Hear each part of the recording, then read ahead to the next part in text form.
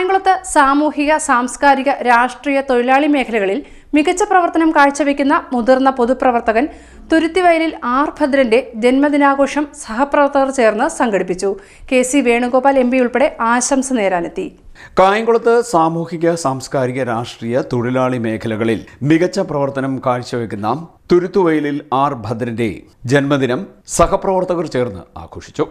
ദീർഘകാലമായി സീനിയർ കോൺഗ്രസ് നേതാവെന്ന് പറയുമ്പോൾ ഞങ്ങളുടെ എല്ലാം മനസ്സിൽ ആഴത്തിൽ പതിക്കപ്പെട്ട ഒരു രൂപമാണ് ശ്രീ ഭദ്രൻ.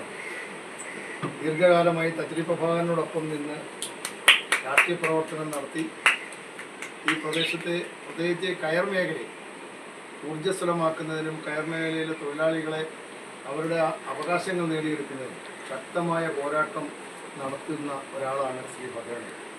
ദൈവം അദ്ദേഹത്തിന് ദീർഘായുസ്സും ആരോഗ്യവും പ്രദാനം ചെയ്യട്ടെ എന്ന് ഈ പിറന്നാൾ ദിനത്തിൽ ആശംസിക്കുകയാണ്. എല്ലാവിധ ഭാഗങ്ങളും.